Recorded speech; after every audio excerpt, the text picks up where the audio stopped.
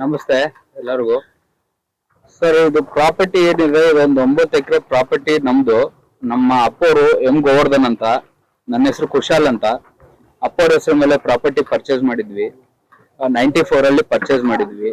94 ಅಲ್ಲಿ property purchase ಮಾಡಿರೋ ಪ್ರಾಪರ್ಟಿನ 2004 ಅಲ್ಲಿ ನಾವು ಒಂದು ಮಾರಾಟ ಮಾಡೋದಕ್ಕೆ ಒಂದು ಅಗ್ರಿಮೆಂಟ್ ಮಾಡ್ತೀವಿ. ಒಬ್ರು ಹೆಸರು ಬಿ ಸೀನಾ ಅಂತ, ಆಮೇಲೆ ಒಬ್ರು ಮಂಜುನಾಥ್ ಅಂತ. ಒಂದು 73 ಲಕ್ಷ ಪ್ರೈಸ್ಗೆ ಪ್ರಾಪರ್ಟಿ ಮಾರ್ಬೇಕು ಅಂತ ಮಾಡ್ತೀವಿ. ಅವ್ರು ಒಂದು 20 ಲಕ್ಷ ಕೊಟ್ಬಿಟ್ಟು ಅಗ್ರಿಮೆಂಟ್ ಮಾಡ್ಕೊಂತಾರೆ.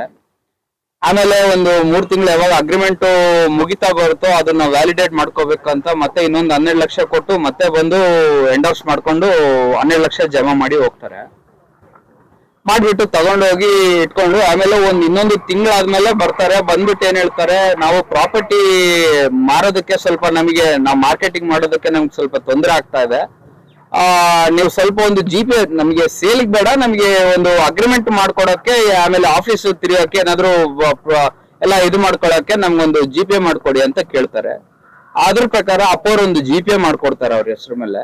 ಆ GPನ ಒಂದು ಆಧಾರದಲ್ಲಿ ಇಟ್ಕೊಂಡು ಅವ್ರು ಏನ್ ಮಾಡ್ತಾರೆ, ತಗೊಂಡೋಗಿ ಆ GPನ ಆಮೇಲೆ ಒಂದು ಅಗ್ರಿಮೆಂಟ್ ಏನು ಹಳೇದಿರುತ್ತೆ ಆ ಅಗ್ರಿಮೆಂಟ್ ಅಲ್ಲಿ ಬ್ಯಾಲೆನ್ಸ್ ಇನ್ನೊಂದು 40 ಲಕ್ಷ 43 ಲಕ್ಷ ನನ್ಗೆ ಬರ್ಬೇಕಾಗಿರುತ್ತೆ. ಆ 43 ಲಕ್ಷ ನನಗೆ ಕೊಡ್ಲಾರ್ದಂಗೆ ಅದು ಅಮೌಂಟ್ ಏನಿದೆ ಅವರೇ ಬರ್ಕೊಂಡು ಕೆಳಗಡೆ ಫೋರ್ಜರಿ ಸಿಗ್ನೇಚರ್ ಮಾಡ್ತಾರೆ. ಫೋರ್ಜರಿ ಸಿಗ್ನೇಚರ್ ಮಾಡಿ ಆ ಸಿಗ್ನೇಚರ್ ಆಗಿರೋ ಅಗ್ರಿಮೆಂಟ್ ಆಮೇಲೆ ಅದು GP ಕಾಪಿ ಎರಡೂ ತಗೊಂಡು ಕೋರ್ಟ್ ಕೊಡ್ತಾರೆ. ಕೋರ್ಟ್ಗೆ ಒಂದು ತಪ್ಪು ಸಂದೇಶ ಕೊಡ್ತಾರೆ. ಅಂದ್ರೆ ಫೋರ್ಜರಿ ಡಾಕ್ಯುಮೆಂಟ್ ಹಾಕ್ಬಿಟ್ಟು ಕೋರ್ಟ್ ಅಲ್ಲಿ ಅವರು ಅದನ್ನು ನನ್ ವಿರುದ್ಧ ಎಕ್ಸ್ಪರ್ಟಿ ಆರ್ಡರ್, ನನ್ಗೆ ಒಂದು ನೋಟಿಸ್ ಬರ್ಲಾರ್ದೆ ಏನು ಬರ್ಲಾರ್ದೆ ಅವ್ರವ್ರು ಬಿ ಸಿನ ಮಂಜುನಾಥ್ ಆಮೇಲೆ ಅವರು BV ಶ್ರೀನಿವಾಸ್ ಅಂತ ಹೇಳ್ಬಿಟ್ಟು ಪರ್ಚೇಸ್ ಮಾಡ್ತಾರೆ ಇವರಿಂದ. ಇವರು ಎಲ್ಲಾರು ಮರ್ಜ್ ಆಗ್ಬಿಟ್ಟು ಪ್ರಾಪರ್ಟಿ ಇದು ಮಾಡ್ತಾರೆ.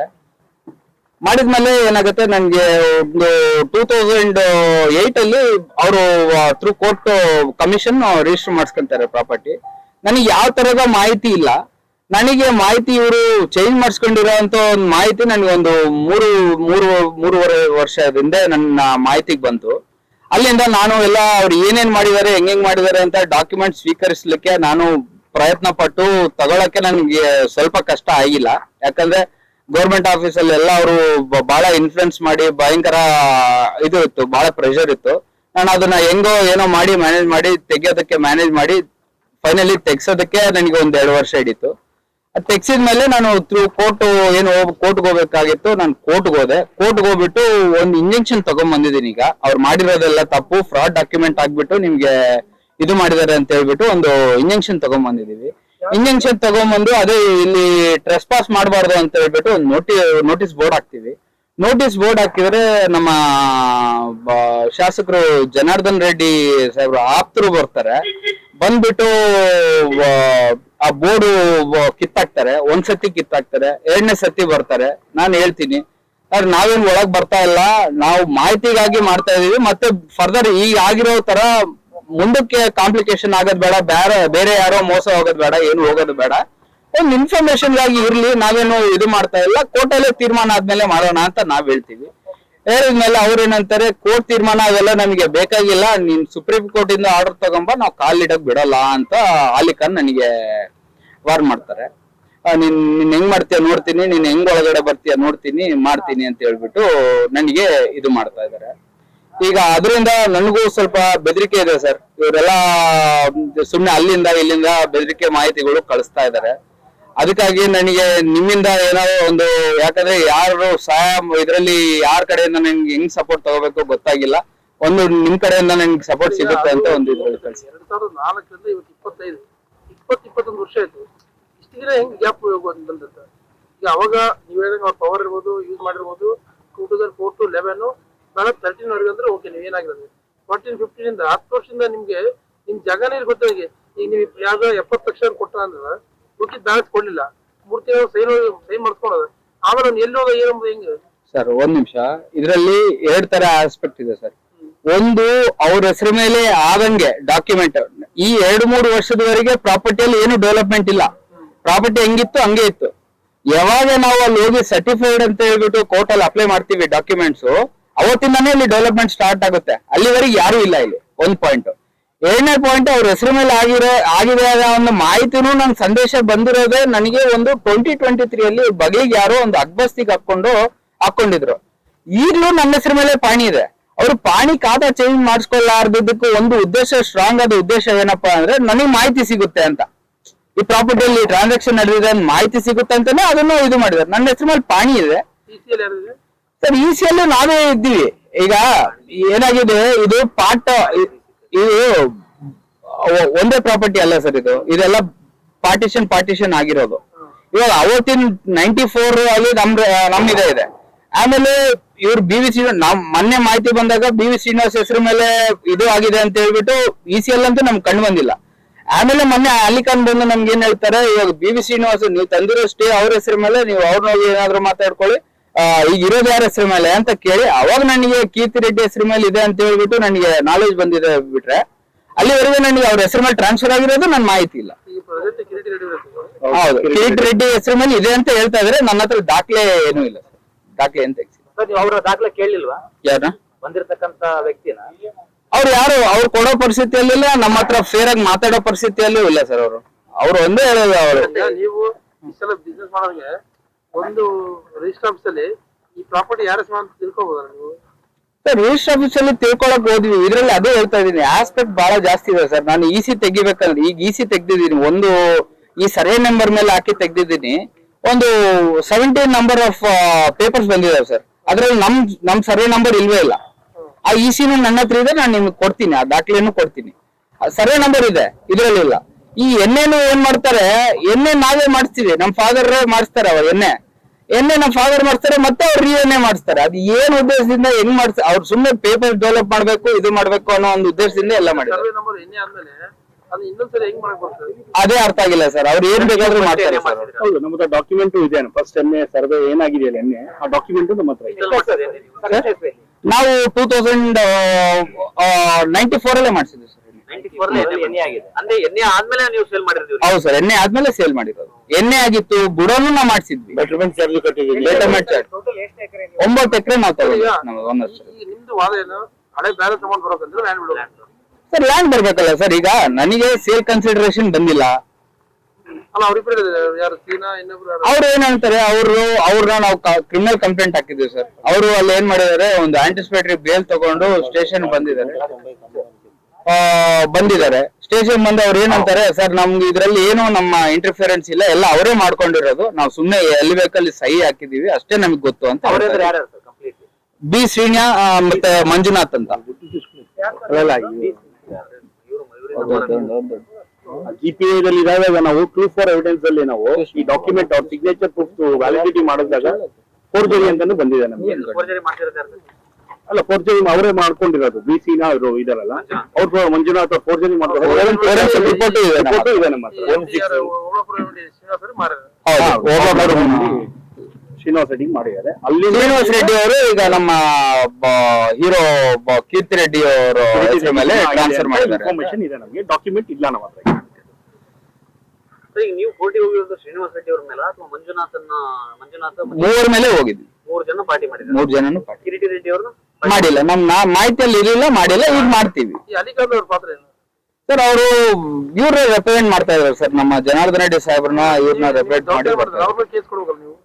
ಅವ್ರ ಮೇಲೆ ಅದನ್ನ ನಾವು ಸರ್ ಈಗ ಸ್ಟೇಷನ್ ಅಲ್ಲಿ ಮಾತಾಡ್ತಾ ಇದೀವಿ. ಸ್ಟೇಷನ್ ಅಲ್ಲೂ ಅವರು ಈಗ ನಾವು ಹೇಳಿದೀವಿ ಇನ್ಸ್ಪೆಕ್ಟರ್ಗೆ. ಅವರು 1-2 ಸತಿ ಹೇಳಿದ್ದಾರೆ, ಇಲ್ಲ ಅವ್ರು ಇಂಜೆಕ್ಷನ್ ತಂದಿದ್ದಾರೆ, ಮಾಡ್ಕೊಂತಾರೆ, ಇವಾಗ ಮಾಡಂಗಿಲ್ಲ ಅಂತ ಹೇಳ್ತಾ ಇದಾರೆ. ಬಟ್ ಅವರು ಹೇಳಿದ್ರು ನಾವು ಒಂದ್ ವೇಳೆ ಪೊಲೀಸ್ ಅಂದ್ರು, ಪೊಲೀಸ್ ಬಂದಾಗ ನೋಡೋಣ, ನಾವು ಬಿಡೋದಿಲ್ಲ, ಅದೇ ತರ ಮಾತಾಡ್ತಾರೆ ಸರ್. ಅವ್ರು ಬಹಳ ರೂಡ್ ಅಲ್ಲಿ ಮಾತಾಡ್ತಾರೆ. ನಿಮ್ಮ ಪ್ರಾಪರ್ಟಿ ಒಂದು ಬೋರ್ಡ್ ಕಿತ್ತಾಯ್ತಾರೆ, ನೀವು ಅದನ್ನ ಕೇಸ್ ಕೊಡ್ಬೋದಲ್ಲ? ಅಲ್ಲ, ನಾವು ಅದಕ್ಕೆ ಟ್ರೆಸ್ಪಾಸ್ ಕೇಸ್ ಮಾತಾಡಿದೀವಿ.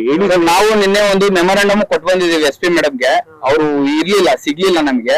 ಇವತ್ತು ಹಾಲಿಡೇ ಇದೆ, ನೋಡ್ತೀವಿ. ಇವತ್ತು ಸಿಕ್ಕಿದ್ರೆ ಇವತ್ತು ಕೊಟ್ರು. ಆಗ್ಲೇ ಮೆಮೊರಾಂಡಮ್ ಆದ್ರೆ ಕೊಟ್ಟು ಬಂದಿದೀವಿ ಸರ್. ಮೆಮೊರಾಂಡಮ್ ಕಾಪಿ ಕೊಡ್ತೀವಿ ಸರ್. ಈಗ ಈ ಪ್ರಾಪರ್ಟಿ ರೇಟ್ ಏನಿರ್ಬೋದು? ಅಂದ್ರೆ ಜಾಸ್ತಿ ರೇಟ್ ಆಗಿರೋದು ಈ ತರ ಆಗ್ತಿದೆ ಅಂತನಾ ಅಥವಾ ಹೆಂಗೆ ಅಂತ? ಸರ್ ಈಗ ನಾವು depending on the senior sir. ಈಗ ಏನಾಗುತ್ತೆ, ಈಗ ಕುವೆಂಪು ನಗರಲ್ಲಿ 6000 per square feet ಮಾಡ್ತಾ ಇದಾರಂತೆ. ಓಕೆನಾ, ನಾವು ಯಾವ ತರದ್ದು ನಾವು ಹೇಳೋದಕ್ಕೆ ಈಗ ಮುಂದೆ ನಾವು ಇನ್ನೂ ಅದ್ರ ಬಗ್ಗೆ ಏನೋ ಇದು ಮಾಡಿ ಒಂದು ಬ್ರೀಫ್, ಯಾಕಂದ್ರೆ ನೀವು 94 ಅಲ್ಲಿ ಪರ್ಚೇಸ್ ಮಾಡಿದ ಕಾಸ್ಟ್ 75 ನಾವು ಪರ್ಚೇಸ್ ಮಾಡಿರೋ ಸರ್ 4 lakhs ಸರ್. 9 acres ಸರಿ. ಹೌದು 9 lakhs. ಓವರ್ 9 acres ಗೆ 4 lakhs 4 lakhs ಕೊಟ್ಟು ಇತ್ತು. ಕೊಡಿ 75 ಕೊಡಿ. ಹೌದು. 2004 ಅಲ್ಲಿ 2004. ಇವಾಗ ಅದ್ರ ಒಂದು 10 ಫುಟ್ 4ರಿಂದ 10 ಫುಟ್ ಆಗಿದ್ರು. ಇದು 10 ಫುಟ್ ಅಂತ ಕೇಳಿದ್ರೆ ಅದೇ ಸರ್, ವ್ಯಾಲ್ಯೂಯೇಷನ್ ತಿಳ್ಕೊಂಡು ಅಲ್ಲ ಸರ್, ಅಂದಾಜು ಎಷ್ಟು ಇರ್ಬೋದು ಸರ್ ನಿಮ್ ಪ್ರಕಾರ? ಸರ್ ನಾನು ಅದ್ರ ಬಗ್ಗೆ ನಿಜವಲ್ಲೂ ನಾನು ಗಮನ ಹರಿಸಿಲ್ಲ ಇನ್ನು. ಪ್ರಕರಣ 5,000 6,000 ಅಂತ ಇದೆ ಸರ್. ಎಷ್ಟು ಲೆಕ್ಕಾಚಾರ ಮಾಡ್ಬೋದು? ಒಂದೊಂದು ರೂಪಾಯಿ ಮತ್ತೆ ಎಷ್ಟಾಗುತ್ತೆ ಸರ್ ಇದು 9 acres? 9 acres ಎಷ್ಟಾಗುತ್ತೆ ಈಗಿನ ಮೌಲ್ಯಕ್ಕೆ ಹೋಲಿಕೆ ಮಾಡಿದ್ರೆ ಎಷ್ಟಾಗುತ್ತೆ ಸರ್ ಏನ್ ವ್ಯಾಲ್ಯೂಯೇಷನ್ ವ್ಯಾಲ್ಯೂಯೇಷನ್? ಆಗ್ಬೋದು ಸರ್, 100 ಕೋಟಿ ಆಗ್ಬೋದು.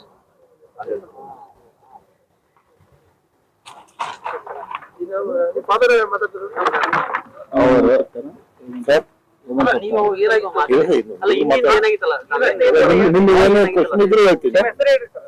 ತಾವು ಏನೇನು ಕೇಳೋದು ನಿಮ್ಮ ಪೇರೆಂಟ್ ಗೋವರ್ಧನ್ ಸರ್. ನೀವು ಹಿಂದೆ ಏನಾಗಿತ್ತು ಅದನ್ನೇ ಹೇಳಿ ಸರ್. ಸರ್. ಈಗ ಕೇಸ್ ನಡೆಸ್ತಾ ಇರೋದು ನೀವೇ ತಾನೇ ಸರ್? ನಿಮ್ಮಿಂದನೇ ಈಗ ಅವ್ರ ಮೇಲೆ ಕೇಸ್ ಹೌದು. ಸರ್ ನಾವು ಈಗ ಏನ್ ಮಾಡಿದೀವಿ ಇಲ್ಲಿ ಇದು ಆಗ್ಬಾರ್ದು ಅಂತ, ಈಗ ನಾವು ಕೊಟ್ಟಿರೋದು ನಮ್ಮ ಬೆಂಗಳೂರಲ್ಲಿ ಲೋಕಾಯುಕ್ತ SPP ಪ್ರಸನ್ನ ಕುಮಾರ್ ಸರ್ ಕೊಟ್ಟಿದೀವಿ ಸರ್ ಕೇಸು. ಅವರು ಕೇಸ್ ತಗೋಬೇಕಂದ್ರೆ ಅವರು ಎಲ್ಲ ನೋಡೇ ತಗೊಂಡಿದ್ದಾರೆ. ಅವರೇ ಬಳ್ಳಾರಿಗೆ ಬಂದು ಅವರೇ ಅಟೆಂಡ್ ಆಗಿ ನಾವು ಇಂಜೆಕ್ಷನ್ ಆಗಿರೋದು ಅವ್ರು ಬಂದ್ಮೇಲೆ. High court stay sir? ಅಲ್ಲ, ಇಲ್ಲ ಡಿಸ್ಟ್ರಿಕ್ಟ್ ಕೋರ್ಟ್ ಬಂದು ಅವರೇ ಬಂದಿದ್ರು ಸರ್, ಅವರೇ ಅಟೆಂಡ್ ಆಗಿದ್ದಾರೆ ಸರ್. ಯಾಕಂದ್ರೆ ಅವ್ರಿಗೆ ಗೊತ್ತಾಗಿದೆ ಇದು ಕಂಪ್ಲೀಟ್ಲಿ ಫ್ರಾಡ್ ಇದೆ, ಇದು ಮಾಡ್ಬೋದು ಅಂತ. ಅವರು ಯೂಶಲಿ ಎಂಕರೇಜ್ ಮಾಡ್ಬೇಕಂದ್ರೆ ಮೆರಿಟ್ಸ್ ಇದ್ರೇನೆ ಎಂಕರೇಜ್ ಮಾಡ್ತಾರೆ ಕೇಸು. ಈಗ ಸ್ಟೇ ಆದ ನಂತರ ಈಗ ಇವ್ರು ಕೇಳ್ಕೊಂಡು ಮಾಡ್ತಾ ಇದ್ರ ಹೌದು ಸರ್. ಏನ್ ಮಾಡ್ತಾ ಇದಾರೆ ಸರ್ ಬಂದು ನಿಮ್ಗೆ? ಯಾವ ರೀತಿ ಸರ್ ಬೋರ್ಡ್ ಹಾಕಕ್ಕೆ ಬಿಡ್ತಾ ಇಲ್ಲ. ಬೋರ್ಡ್ ನಾವು ಇನ್ಫಾರ್ಮೇಶನ್ ಹಾಕಿದ್ವಿ, ಬಿಡ್ತಾ ಇಲ್ಲ. ಬೋರ್ಡ್ ಹಾಕಿದ್ರೆ ಕಿತ್ತುತ್ತಾ ಇದಾರೆ, ರಾತ್ರಿ ಬಂದು ಕೇಳ್ತಾರೆ. ಯಾರು ಕಿತ್ತಾ ಸರ್ ಅವ್ರು ಅಲಿಖಾನ್ ಅವರೇ ಬರ್ತಾ ಇದಾರೆ ಸರ್ ಇಲ್ಲಿ 1-2 ಸತಿ ಸರ್. ಏನು ಅಂತ ಹೇಳ್ತಾ ಇದಾರೆ? ಅವ್ರು ಏನಿಲ್ಲ ಸರ್, ನೀವು ಹಾಕಕ್ ಬಿಡಲ್ಲ ನಾವು ಬೋರ್ಡು. ನೀವು ನಿಮ್ ಪ್ರಾಪರ್ಟಿ ಇದಲ್ಲ, ನಿಮ್ ಪ್ರಾಪರ್ಟಿ ಅಲ್ಲೆಲ್ಲೋ ಮಸ್ಜಿದ್ ಹತ್ರ ಬರುತ್ತೆ, ಆತರ ಏನೇನೋ ಮಾತಾಡ್ತಾರೆ ಸರ್, ಕಿರುಕುಳ ಮಾತು. ಸರ್ವೆ ಮಾಡ್ತಿದ್ರು ಹಾ ಇರುತ್ತೆ. ನೀವು ಸರ್ವೇರ್ನ ಕರ್ಸಿ ಅಂತಾರೆ. ನಾನ್ ಯಾಕೆ ಸರ್ವೇರ್ ಕರ್ಸಿ, ನನ್ನ ಪ್ರಾಪರ್ಟಿ ಎಲ್ಲಿದೆ ನನ್ಗೆ ಗೊತ್ತಿದೆ, ನಾನ್ ಯಾಕೆ ಸರ್ವೇರ್ನ ಕರ್ಸ್ಬೇಕು? ನಿಮ್ಗೆ ಡೌಟ್ ಇದ್ರೆ ನೀವು ಕರ್ಸ್ಕೊಳ್ಳಿ ಅಂತ ಹೇಳಿದ್ವಿ. ಸರ್. ಈಗ ಅದೇ 94 ಅಲ್ಲಿ ನೀವು ತಗೊಂಡಿದ್ರಿ, ಅದು ನೀವು 2004 ಯಾರಿಗೆ ಅಂತ ಮಾಡಿದ್ರಿ ಡೈರೆಕ್ಟ್ ಆಗಿ? ಅವಾಗ ಏನಾಯ್ತು? BC ಏನಾಗಲಿಲ್ಲ ಸರ್. ಅವ್ರು ಅವ್ರ ಕಮೆಂಟ್ಸ್ BC ಮತ್ತೆ ಮಂಜುನಾಥ್ ಅಂತ ಅವ್ರಿಬ್ರು ಜಾಯಿಂಟ್ ಆಗಿ ತಗೊಂಡು ನಾವು ಒಂದು 30 ಲಕ್ಷ ಅಡ್ವಾನ್ಸ್ ಕೊಟ್ಟ 25 ಕೊಟ್ಟು ಅಗ್ರಿಮೆಂಟ್ ಮಾಡ್ಕೊಂಡು ಆಮೇಲೆ ಇನ್ನೊಂದು 12 ಲಕ್ಷ ಕೊಟ್ಟು GP ಇದು ಹಿಂದೆ ಜಮಾ ಮಾಡ್ಕೊಂಡ್ರು.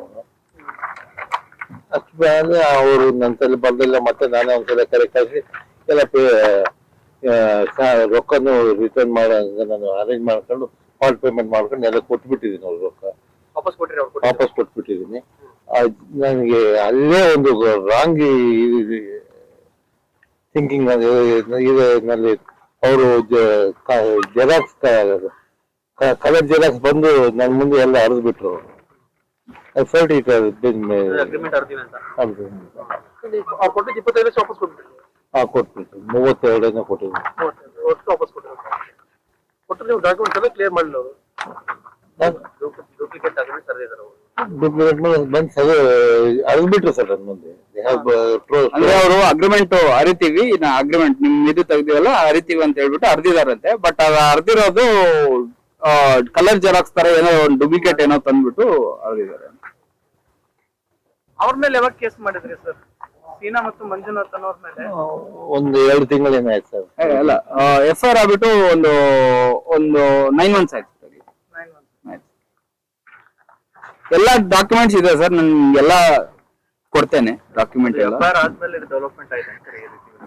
ನಾವು ಯಾವಾಗ ಕೋರ್ಟಲ್ಲಿ ಹೋಗಿ ಸರ್ಟಿಫೈಡ್ ತೆಗ್ದ್ವಿ ಅವಾಗಿಂದ ಸ್ಟಾರ್ಟ್ ಮಾಡಿದ್ವಿ ಸರ್. ಅವರು ತೆಗ್ದ್ರು. ಇನ್ನೊಂದು ಸರ್ಟಿಫೈಡ್ ಇನ್ನೊಂದು ಹೇಳ್ಬೇಕು ಸರ್ ಇದ್ರಲ್ಲಿ. ಇಷ್ಟು ದಿನ ಅವ್ರಿಗೂ 2008 ಅಲ್ಲಿ ಆರ್ಡರ್ ಆಗಿದೆ ಪ್ರಾಪರ್ಟಿ.